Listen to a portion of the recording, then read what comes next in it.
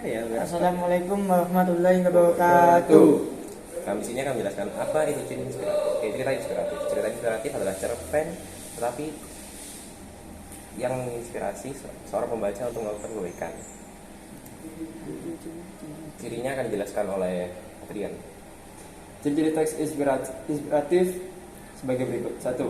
Diangkat dari kisah nyata. 2. Menggunakan tema yang menarik. 3. Menggunakan judul yang menarik. 4.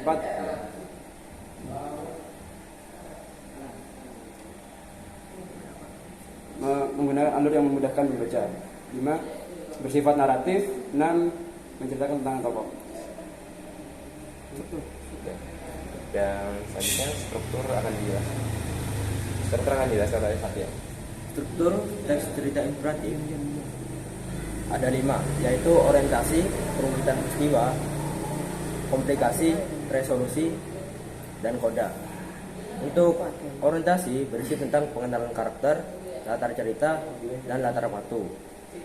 Untuk perumitan peristiwa berisi tentang kisah tokoh dan peristiwa yang akan menuju puncak cerita.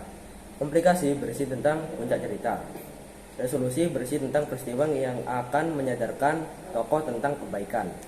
Koda berisi tentang penutup cerita, pesan moral, dan kesimpulan. Dan ciri kebahasaan akan dijelaskan oleh Bagus. Ciri kebahasaan teks inspiratif yaitu menggunakan kalimat ekspresif. Pada umumnya teks inspiratif menggunakan kata ekspresif berguna menggambarkan suatu perasaan dari sebuah tokoh seperti empati, simpati, dan kebahagiaan dan perasaan pribadi tokoh. Lalu menggunakan kalimat deskriptif. Di teks inspiratif, kalimat deskriptif berguna sebagai menjelaskan tentang suatu objek secara jelas dan rinci. Lalu menggunakan beberapa konjungsi. Konjungsi di teks inspiratif pada umumnya ada 5, yaitu 1. Konjungsi penjumlahan seperti contoh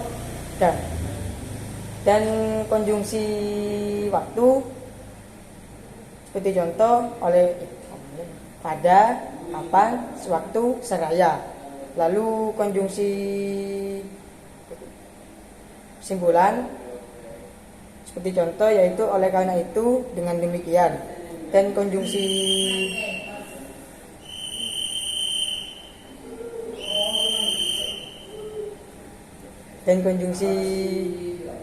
harapan seperti contoh oleh, agar, dan supaya. Lalu konjungsi pemilihan yaitu oleh. Dan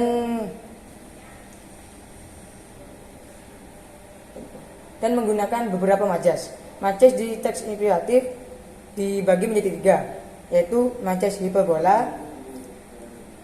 Majas hiperbola yaitu majas yang menjelaskan suatu objek secara berlebihan dan tidak masuk akal. Lalu majas metafora yaitu majas yang menjelaskan